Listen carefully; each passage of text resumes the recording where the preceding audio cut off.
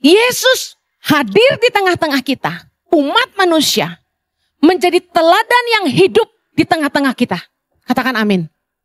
Bayangkan, kalau Yesus tidak pernah hadir ke muka bumi ini, kita cuma bicara Tuhan, Tuhan, Tuhan. Dan kita tidak pernah dengar Tuhan, tidak pernah lihat Tuhan. Saya rasa sulit sekali menghidupi kebenaran. Saya rasa sulit sekali menghidupi perintah Allah tanpa panutan. Tapi kehadiran Kristus menyederhanakan semuanya. Yang kita perlu tahu bagaimana hidup di bumi ini yang berkenan kepada Bapa adalah dengan meneladani apa yang Yesus lakukan selama hidupnya. Yang percaya katakan amin. Pelajari cara Yesus hidup. Lihat yang dia katakan. Lihat apa yang dia lakukan. Bagaimana dia memperlakukan orang lain. Bagaimana dia meresponi orang-orang yang ada di sekelilingnya. Karena dari cara Yesus hiduplah kita bisa mengerti bagaimana Tuhan mau kita hidup. Yang mengerti katakan amin.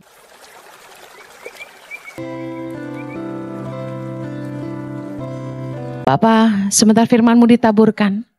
Berbicaralah buat setiap kami. Bukakanlah hati kami. Berikanlah pengertian dalam pikiran kami.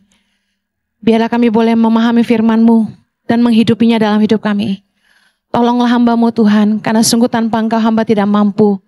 Menyerahkan setiap menit-menit ke depan dan jemaat-Mu ke dalam tangan-Mu dan pimpinan Roh Kudus sepenuhnya. Hanya di dalam nama Yesus kami berdoa. Amen. Yang siap diberkati sama-sama lagi bilang amen. Silakan duduk. Hari ini saya akan khotbah tentang keteladanan Kristus. Yohanes 1 ayat 14b. Sama-sama baca. Firman itu telah menjadi manusia dan diam di antara kita. Kelahiran Kristus adalah cara Allah menyatakan dirinya, pribadinya bagi umat manusia. Saya percaya kalau Yesus tidak pernah lahir, kita tidak punya bayangan seperti apakah Allah dan seperti apakah yang Dia inginkan dari kita. Kita ini percaya karena iman, bukan karena melihat. Kita percaya kepada Tuhan dengan iman, karena kita tidak bisa lihat. Tapi berbahagialah mereka yang melihat Kristus ketika Dia hidup di dunia sebagai manusia. Anda perlu tahu bahwa kelahiran Kristus merupakan cara Allah menyatakan pribadinya bagi umat manusia. Dan saya sangat bersyukur bahwa Yesus pernah tinggal di antara manusia. Dan kisah hidupnya tercatat di Alkitab.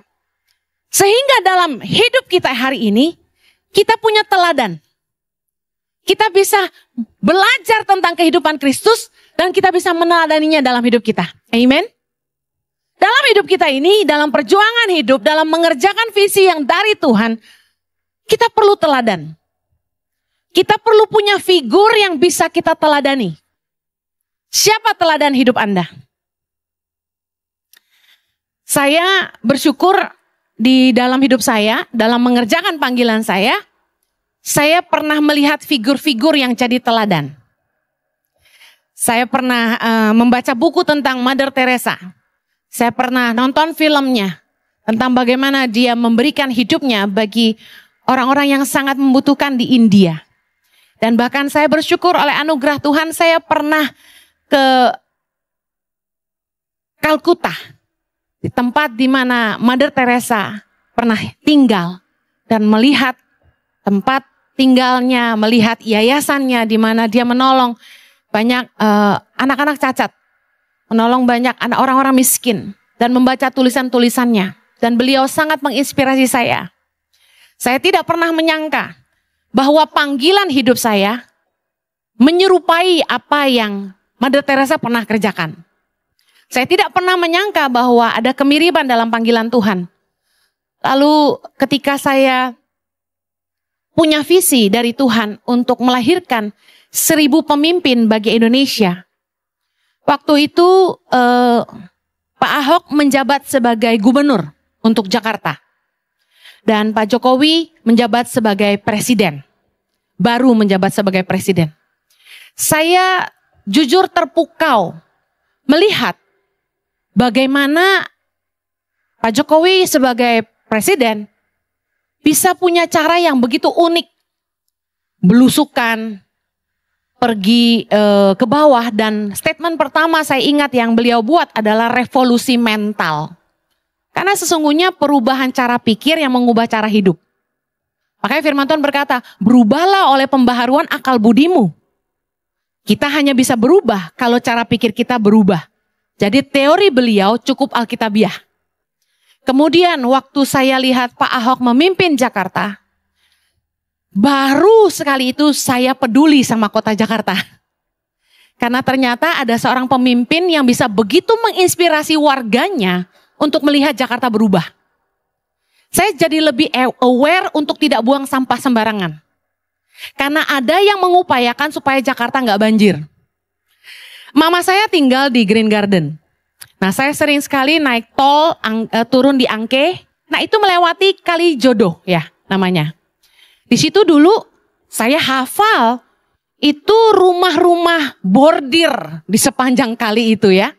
Tempat maksiat. Jangan saya bilang gini terus jemaat pergi cari ya. Nah, waktu Pak Ahok menjabat, dirubahlah tempat itu menjadi sangat bagus. Menjadi tempat bermain, tempat rekreasi, jadi taman hiburan buat banyak anak-anak dan keluarga. Bukan lagi tempat yang menyeramkan.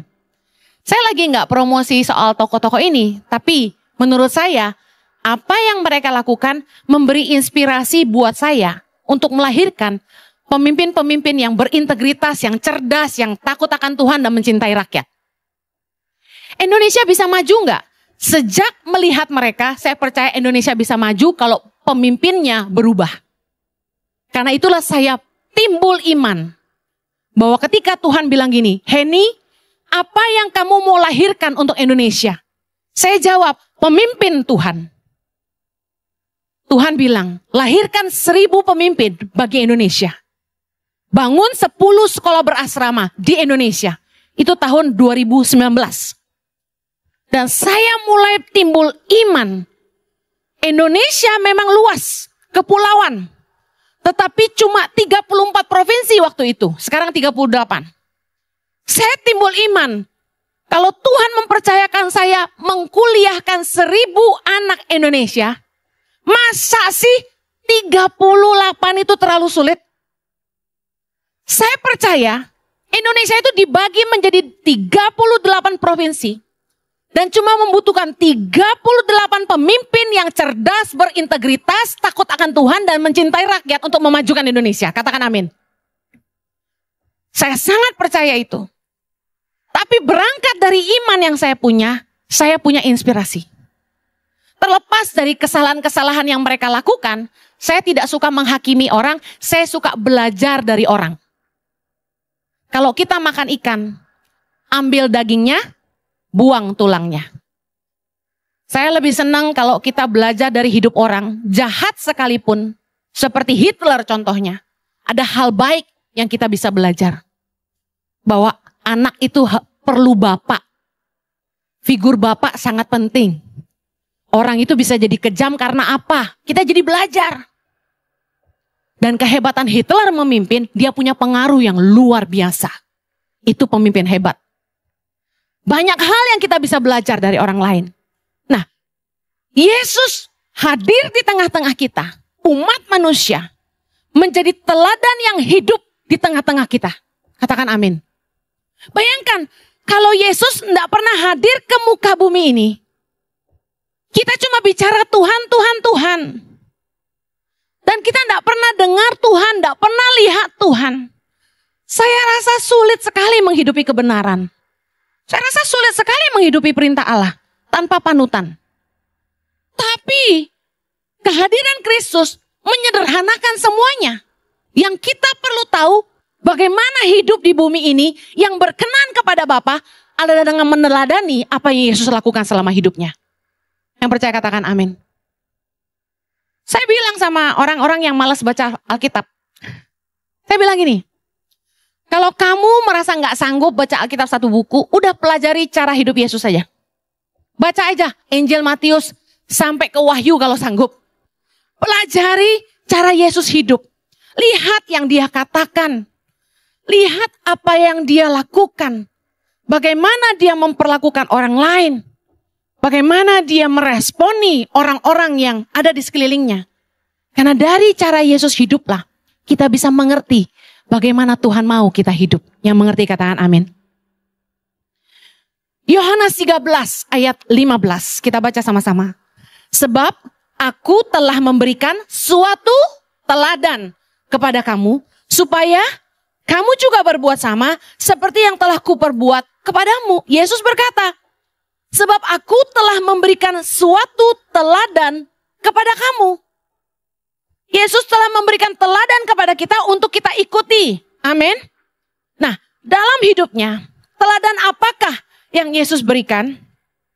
Saya akan bahas ada 10 poin secara cepat.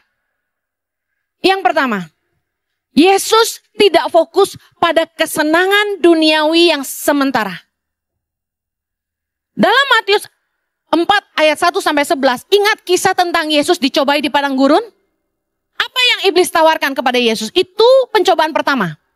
Apa yang ditawarkan iblis? Keinginan daging, keinginan mata, dan keangkuhan hidup. Yesus menolak semuanya. Menunjukkan kepada kita, waktu dia hidup di dunia ini, dia nggak attach sama dunia ini.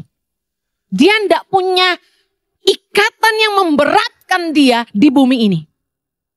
Orang kalau meninggal, yang ngeberatin dia itu antara harta atau hutang. Yes? KPR masih jalan bos. Siapa yang bayar? Kasihan anak-anak yang nerusin gitu kan? Terus diberatin sama harta. Yesus gak ada yang ngeberatin dia di bumi ini selain dari kita, umat manusia. Saya gak pernah baca di Alkitab Yesus punya KPR. Gak pernah. Bahkan Yesus pernah berkata dalam Lukas 9 ayat 58, serigala mempunyai liang dan burung mempunyai sarang, tetapi anak manusia tidak mempunyai tempat untuk meletakkan kepalanya. Yesus tinggal di rumah orang tuanya, tapi selepas dari itu dia melayani kemana-mana dan dia tidak punya tempat. Dia tidak pusing, nggak kayak kita yang duitnya kebanyakan. Rumah satu di Jawa, satu di Bali, satu di Kalimantan, satu di Jakarta, satu di Depok. Terus kita bingung kalau nggak ada yang tinggalin, siapa yang tinggalin? Siapa yang tinggalin kira-kira kalau rumahnya kosong? Guguk. Ada orang kaya yang rumahnya 9 katanya. Ada yang di Pik itu Pantai Mutiara gitu ya. Katanya ada 5 atau berapa. Nggak ada yang tinggalin karena dianya tinggalnya di berbagai dunia. Kalau lagi di Hong Kong ya tinggal di rumah yang di Hong Kong. Di Hong Kong aja katanya rumahnya banyak. Kalau dia lagi di Singapura dia tinggal di Singapura. Rumahnya juga di Singapura banyak. Nah saya bingung nih sama yang kayak gini ya. Hartanya banyak sekali gitu loh. Terus dia beli rumah sebanyak itu. Nah, siapa yang nikmatin rumahnya? Coba tebak. Pembantunya. Pembantunya berenang-berenang. Supirnya karaokean. Karena nyonyanya jarang pulang, tuannya jarang pulang. Anda pikir kalau Anda nggak di rumah, siapa yang nikmatin rumah Anda? Nah, orang kalau kebanyakan harta ada yang diberatin. Tapi Yesus nggak ngeberatin apa-apa. Dia nggak punya investasi di bumi. Investasi dia di kekekalan. Yang Yesus cinta di dunia ini cuma kita. Katakan Yesus cinta saya. Bicara apa sama kita? Boleh menikmati hidup. Karena Yohanes 10 ayat 10 berkata dalam bahasa Inggris, I came so that you can have life and enjoy life. Yesus datang untuk memberi kita hidup dan supaya kita bisa menikmati hidup kita dalam kelimpahan. Yang artinya Tuhan juga gak mau kita miskin. Tuhan mau kita diberkati. Tapi saya sering khotbah, diberkati konotasinya bukan selalu kaya raya. Ada yang mungkin sederhana tapi cukup bahagia. Anda bisa bahagia itu sejauh dari hatimu bisa merasa cukup. Karena orang kaya yang hartanya banyak pun kalau hatinya gak pernah cukup tapi serakah dia gak bahagia, katakan amin. Nah Yesus tidak cari perkara dunia. Makanya kenapa saya sebagai hamba Tuhan gak branded minded. Saya kerja bukan buat beli brand. Karena menurut saya manusia dijadikan budak sama brand. Boleh gak punya barang branded? Boleh, tapi gak harus punya. Saya punya beberapa yang branded tapi jarang pakai soalnya takut dihakimi. Saya bawanya tas yang paling murah. Saya takut dihakimi nanti masuk sosial media. Padahal saya punya segala merek yang orang pakai, tapi saya nggak pakai. Nah, Yesus tidak mengejar kesenangan duniawi. Yang kedua, Yesus memberi teladan dalam kebergantungannya kepada Bapa. Apakah hari ini kita punya ketergantungan sama Tuhan? Lukas 5 ayat 16. Ini salah satu yang saya ambil ayatnya. Akan tetapi, ia mengundurkan diri kemana? Ke tempat-tempat yang sunyi dan berdoa. Yesus selalu mencari tempat sunyi. Dia pergi menyendiri. Dikatakan pagi-pagi benar. Dia pergi berdoa. Yesus kerap kali dalam firman Tuhan. Dia pergi menyendiri untuk berdoa. Dia pergi mengundurkan diri untuk berdoa. Yesus punya ketergantungan yang begitu besar kepada Bapaknya. Seolah-olah dia tidak bisa hidup tanpa berbicara kepada Bapa. Dia butuh Tuhan dalam hidupnya. Dia butuh sekali berkomunikasi dengan Bapaknya. Apakah kita hari ini juga punya tempat sunyi? Tahukah Anda bahwa kegaduhan membuat kita tidak bisa mendengar Tuhan? Kegaduhan membuat kita tidak bisa mendengar Tuhan. Makanya jujur, saya senang gereja karismatik yang berisik. Ada praise song, ya, puji-pujian yang gegap gempita. Saya menikmati. Tapi kalau ditanya preference, saya aliran yang berbeda. Saya aliran yang sunyi senyap. Saya suka ketenangan. Saya lebih suka worship daripada praise. Kenapa? Karena di tengah-tengah penyembahan, jiwa kita tenang dan kita bisa mendengar Tuhan. Saya jujur kurang suka sama worship leader yang terlalu berisik, terlalu gaduh. Lagunya worship tapi berisik. Lagi worship aja, gubrang.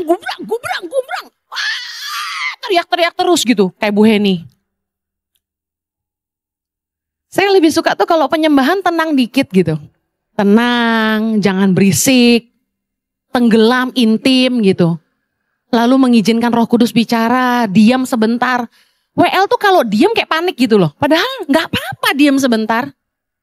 Mengizinkan Roh Kudus bicara gitu. Dia harus membawa penyembahan itu kemana. Justru di dalam ketenangan kita merasakan Tuhan. Setuju? Kita perlu punya tempat sunyi. Saya pernah khotbah tentang tempat sunyi. Kita perlu belajar seperti Yesus. Menyendiri. Menarik diri dari keramaian. Saya paling gak suka sibuk. Padahal hidup saya sibuknya ampun-ampun. Makanya saya tegas sekali mengatur prioritas. Saya bilang sama tim saya, bagian penjadwalan. Saya meeting sama tim YTP, saya meeting sama tim ICI. Saya langsung buat ketegasan-ketegasan. Tidak ada meeting di bawah jam 1.30. Kenapa? Saya perlu saat teduh. Saya perlu makan siang sama anak saya. Nggak ada meeting-meeting di bawah itu. Nggak ada meeting di atas 6.30. Saya harus makan malam sama anak-anak saya. Karena di dalam hidup kita, pelayanan yang utama adalah keluarga. Katakan amin. Saya punya ketegasan-ketegasan. Saya nggak mau keluar kota terus. Saya bilang sama suamiku yang terganteng sedunia. Ayo sekarang atur, 2024, kamu mau ke Israel berapa kali? Tulis di jadwal, saya mau lihat. Kalau kebanyakan, I would say, no. 60-minute worship roadshow. Ke kota-kota, memberkati kota. Itu kan fundraising juga buat Tangan Pengharapan. Mau ke berapa kota? Catat dulu. Nah ini saya mau, yang ini gak mau. Saya harus buat ketegasan. Kalau enggak, saya gak punya waktu untuk merenung firman. Kalau saya diperes terus, oh biar orang nyumbang ke Tangan Pengharapan. Herannya nih loh, kenapa sih mesti ketemu saya? Ketemu Tuhan lebih penting. Kalau orang mau nabur buat Tangan Pengharapan, tuluslah. Tangan kanan memberi, tangan kiri gak usah tahu. Herannya kalau saya gak mau nemuin, orang juga gak mau ngasih gitu loh beberapa. Harus ada Bu Heninya baru dikasih. Disimpan dulu, Bu Heninya datang gak? Gitu. Lah kalau saya harus ketemu semua orang, kasihan dong saya. Jemaat juga, masih ada yang datengin saya. Saya mau konseling sama Bu Heni. Tolong jangan konseling sama aku lagi. Ada tim counselors yang lebih diurapi daripada saya. Mereka sekolahnya konseling. Pekerjaan saya ini gak bisa diganti mereka. Kan gak ada yang bisa gantiin saya khotbah tuh. Ya kan, selain kita ngundang-undang pembicara sementara ini. Sementara ini. Besok-besok Anda harus bisa terima kalau kami sudah mulai menerjunkan leader-leader ICI ya. Jangan marah ya. Amin.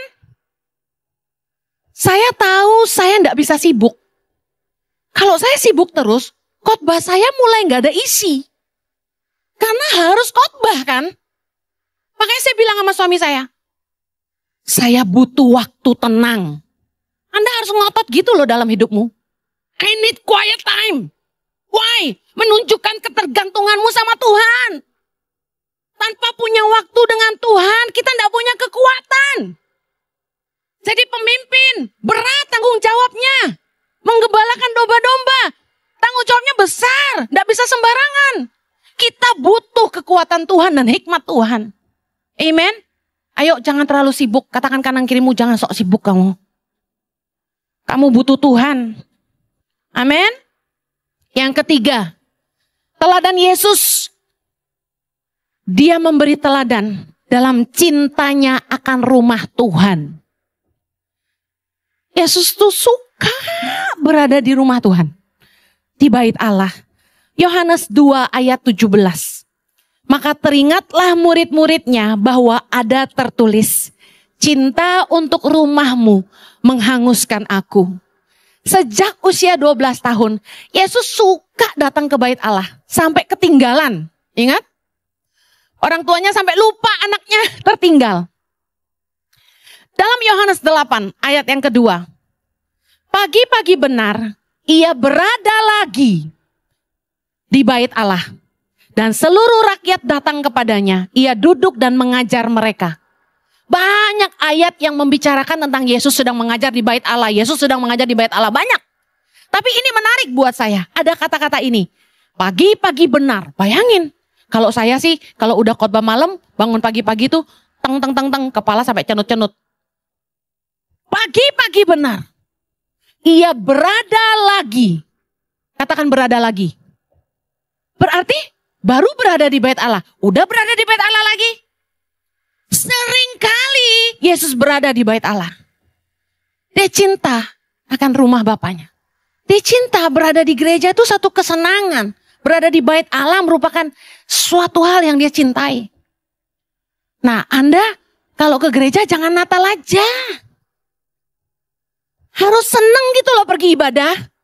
Mengajar kita harus excited datang ibadah. Wah ini, kan ibu punya gereja online, gak apa-apa kita nonton online. Online itu khusus buat yang rumahnya jauh banget. Di belahan dunia sana. Yang gak bisa datang ke ICI di Jakarta, di Kelapa Gading. Tapi yang masih bisa ditempuh, datanglah. Jangan cuma hari Natal aja. Kristen Natal tuh sebutannya apa? Kristal. Kristen Natal. Ya, di sini ada kristal, angkat tangan. Enggak, di sana sini banyak, di sini enggak ya. Yesus senang berada di bait Allah. Anda senang enggak berada di bait Allah? Kata firman Tuhan, lebih baik 1 hari di pelataranmu daripada 1000 hari di tempat lain. Ke gereja tuh menyenangkan gitu loh. Kita menikmati hadirat Tuhan. Menikmati berada di tempat di mana rohani kita dibangun. Di luar gereja ini yang dibangun tuh daging melulu. Nasi bebek, nasi padang, bakmi amoy, bakmi amaman gitu kan. Semua. Tapi di gerejalah tempat di mana jiwamu dan rohmu dipulihkan. Katakan amin. Yang keempat, Yesus memberi teladan dalam kasihnya yang sangat besar dan kepeduliannya kepada sesama. Jesus was the man of compassion. He cares for people. Do you care for people? Markus 8 ayat kedua. Satu kali ribuan orang mengikuti dia dan ingin mendengarkan pengajarannya. Dan ketika Yesus melihat mereka, dia berkata ini. Hatiku tergerak oleh belas kasihan kepada orang banyak ini. Sudah 3 hari mereka mengikuti aku dan mereka tidak mempunyai makanan. Yesus itu mikirin orang lain. He cares for people. Anda tahu Di Alkitab kalau Anda search, di Alkitab Sabda, ketik kata, hatiku penuh belas kasihan, keluar banyak banget. Yesus itu bolak-balik melihat jemaat, dia penuh belas kasihan. Dia penuh dengan kasih. Dia begitu peduli sama orang. Banyak orang Kristen yang gak peduli sama orang. Sama pembantu rumah tangganya gak peduli. Udah makan belum? Gak pernah nanya. Dari pagi-pagi disuruh bangun. Pembantunya gak boleh tidur sampai malam. Masih dia mau tidur, pembantunya harus mijitin betisnya. Bayangin. Ada yang di sini begitu? Gak ada, semua baik. Ya. Yesus itu mikirin orang lain. Orang yang penuh kasih adalah orang yang punya ruang buat orang lain di hatinya. Gak cuma mikirin dirinya melulu. Firman Tuhan bilang jangan mikirin kepentingan diri sendiri. Apakah Anda peduli orang lain? Orang yang peduli orang lain itu tidak akan merugikan orang. Orang yang peduli orang lain itu tidak akan menindas orang lemah. Orang yang peduli orang lain itu akan mikir 2 kali sebelum dia mengakibatkan dampak yang buruk buat orang lain. Kalau Anda orang yang memandang rendah orang lemah, memandang muka, kalau nggak Chinese Anda nggak baik, saya kasih tahu Anda tidak seperti Yesus. Yesus adalah sosok yang tidak memandang muka. Dia tidak pernah merendahkan orang. Yesus sayang sama sesamanya. Mana ada pendeta KKR terus kepo gitu. Ini kalian bikin KKR, jemaat dikasih makan nggak? Mikir gitu, jemaat lapar. Cuma tangan pengharapan katanya yang kasih makan orang gratis. Kemarin di drama dibilang gitu. Tapi true. Saya paling nggak mau di kampung dibikinin KKR. Karena bolak-balik dulu waktu saya sering ke NTT. Kita bikin ibadah Paskah di lapangan terbuka, ribuan masyarakat datang. Mereka datang tuh jalan kaki 4 jam, 6 jam, 5 jam, 8 jam. Jalan kaki loh. Sampai ke tempat KKR itu sudah malam sekali. Yang paling gemes itu, kalau orang yang ngadain KKR itu cuma bagi-bagi Indomie. Saya bilang, gak mau kalau seperti itu. Orang datang, kamu harus kasih makan. Mereka pulang jalan jauh. Bisa gak belajar kayak Yesus, peduli sama orang, mikirin orang gitu loh. Jangan perintah-perintahin pembantumu, kerja. Tapi kamu cuma kasih dia makan beras berok. Beras jelek. Indomie pun dibedain. Kalau saya mau makan apa, orang di rumah makan apa? Jangan pelit. Orang pelit gendut sendiri. Kalau saya bagi-bagi. Jadi gak gendut banget. Ayo belajar sama Yesus. Jadilah orang yang peduli orang lain gitu loh. Anak-anakmu dari kecil harus dididik peduli sama orang, sayang sama orang seperti Yesus. Amin. Jangan jahat sama orang. Harus sayang sama orang. Jangan mentang-mentang mereka miskin. Mentang-mentang kulitnya lebih hitam, rambutnya keriting. Gak kayak kamu. Terus kita gak sayang gitu. Jangan gitu. Satu hari nanti kita ketemu Tuhan di sorga. Yesus bilang dalam Matius 25. Apa saja yang kamu lakukan kepada saudaramu yang paling hina, kamu lakukan buat aku. Kenapa saya sayang sama orang-orang miskin? Karena saya lakukan semuanya untuk Kristus. Amen. Ayo harus sayang sama semua orang. Katakan kanan kirimu, harus sayang sama pembantumu. Yang kelima, Yesus memberi teladan dalam kerendahan hati. Yesus itu sosok yang rendah hati. Dia mengajar murid-muridnya. Ingat waktu Yohanes dan Yakobus, mamahnya datang kepada Yesus dan minta supaya mereka duduk di sebelah kanan dan kiri Yesus. Yesus jawab apa? Barang siapa ingin menjadi besar di antara kamu, hendaklah ia menjadi pelayanmu. Barang siapa ingin jadi terkemuka di antara kamu, hendaklah ia menjadi hambamu. Sama seperti anak manusia, yaitu Yesus. Datang bukan untuk dilayani, melainkan untuk melayani. Dan untuk memberikan nyawanya menjadi tebusan bagi banyak orang. Yesus kita yang mulia, merendahkan dirinya. Turun ke dunia yang fana. Dan dia terlahir bukan di istana, tapi di kandang domba. Dia raja segala raja. Tuhan pemilik alam semesta, pencipta segalanya, datang merendahkan dirinya. Saya sampai hari ini tidak habis pikir, kalau Anda ke Israel dan Anda lihat kandang domba seperti apa tempat Yesus lahir, Tak masuk akal. Para gembala-gembala di padang menemukan Yesus. Itu tinggal di salah satu goa. Karena gembala-gembala di padang itu tinggalnya di goa. Goanya kotor, gelap. Para gembala tidur bersama ternak-ternaknya. Dan disitulah Yesus juga dibaringkan. Bayangkan. Apa nggak ada tempat yang lebih bagus? Saya pikir, Yesus kenapa pilih kesederhanaan yang begitu ekstrim? Karena ternyata Yesus ingin mengajarkan sebuah keteladanan kepada kita. Bahwa kita harus belajar punya kerendahan hati. Jangan selalu ingin yang tinggi-tinggi. Maunya dilayani. Maunya mewah gitu. Saya belajar dari Yesus. Makanya kami kalau melayani kemana-mana. Ya enggak ada hotel enggak apa-apa. Tinggal aja di rumah masyarakat. Saya tinggal di rumah orang. Air enggak ada. Ambil ember, ambil air di sumur. Masuk ke kamar mandi. Saya lakukan. Enggak terlalu masalah. Enggak pernah komplain.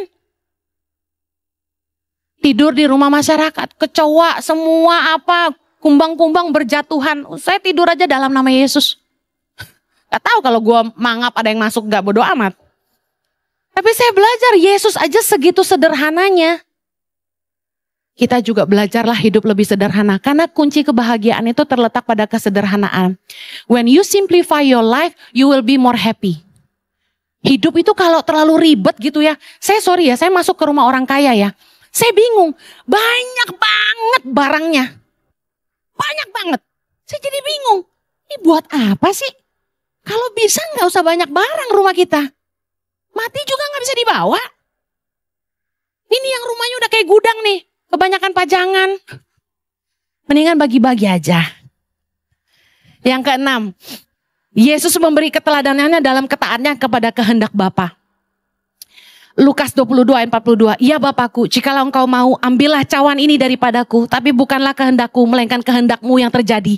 Bahkan dalam Yohanes 4 ayat 34, Yesus berkata, makananku ialah melakukan kehendak Dia yang mengutus aku dan menyelesaikan pekerjaannya. Selama Yesus hidup, yang jadi visi hidupnya cuma satu, melakukan kehendak Bapa.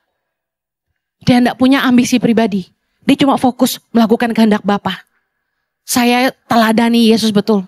Saya tidak punya ambisi apapun dalam hidup ini. Mau apa sudah tidak punya. Yang saya cuma mau mengerjakan kehendak Tuhan dalam hidup saya. Yesus kasih teladan sama kita semua. Bahwa yang terpenting dalam hidup ini adalah mengerti kehendak Tuhan dalam hidup kita dan melakukannya. Karena ingat Matius 7 ayat 21 berkata, bukan orang yang berseru Tuhan Tuhan yang masuk dalam kerajaan sorga. Melainkan mereka yang melakukan kehendak Bapa. Satu lagi deh, terakhir nih. Yesus memberi teladan sebagai anak yang mengasihi ibunya. Keren banget tau gak sih? Yesus itu sebelum dia menyerahkan nyawanya, dia tidak melupakan Bunda Maria. Dia menitipkan ibunya kepada Yohanes, murid yang dikasihinya. Yohanes 19 ayat 26 dan 27. Ketika Yesus melihat ibunya dan murid yang dikasihinya di sampingnya, berkatalah ia kepadanya, kepada ibunya, ibu, inilah anakmu. Kemudian katanya kepada murid-muridnya, inilah ibumu. Dan sejak saat itu, murid itu menerima dia di dalam rumahnya. Kalau kita pergi ke Turki, kita akan menemukan bahwa Maria tuh pernah tinggal di sana bersama dengan Yohanes, murid kesayangan Yesus. Ada kubur Yohanes di sana. Keren gak sih? Ketika dia tergantung setengah mati di kayu salib, kesakitan. Dia masih gak mikirin diri sendiri. Dia masih mikirin mamahnya. Mama yang telah melahirkan dia. Mama yang sayang sama dia dan berjuang untuk dia. Dia ingat untuk titip mamahnya di masa tuanya sama muridnya. Hari ini, apakah mamamu masih hidup? Mari bahagiakan dia. Sejengkel apapun sama mamahmu. Mungkin karena terlalu keras kepala, terlalu dominan, terlalu cerewet, banyak mau. Sayangi dia. Kamu hutang nyawa sama mamahmu. 9 bulan dalam rahimnya. Dan susah payahnya melahirkan kita. Jangan ndak sayang sama mamah. Kalau ada anak yang merasa, mamahku ndak setuju aku pacaran sama si A, si B. Dengar. Orang tua itu mau yang terbaik buat kamu. Gak ada yang lebih sayang kamu daripada orang yang melahirkan kamu. Saya kasih tahu, saya yakin-yakinnya seorang mama lebih sayang anak daripada papahnya. Karena dia yang melahirkan mereka. Jangan tidak menghormati ibumu. Amen. Sesebel-sebelnya. Yuk, kasihi orang tua. Yesus memberi teladan. Dia mengampuni semua orang yang bersalah. Dan dia mati buat kita semua. Mari kita pun lakukan yang sama. Ampuni semua orang yang bersalah dalam hidup kita. Saya berdoa kasih Tuhan memampukan kita semua. Maafkan ada 3 poin yang tidak selesai, tapi saya berdoa Anda diberkati dengan apa yang sudah saya bagikan hari ini. Amen. Kita berdoa. Bapa di sorga, terima kasih Tuhan Yesus untuk keteladananmu. Kami belajar dari cara hidupmu dan bagaimana engkau hidup selama di dunia. Kami bersyukur kami punya figur yang kami bisa teladani. Terima kasih Tuhan buat teladan yang engkau tinggalkan. Tolong kami untuk menghidupinya. Tolong kami untuk bisa hidup seperti Yesus hidup. Kiranya kami terus disempurnakan. Oleh kasih karuniamu, mampukanlah. Di dalam nama Yesus.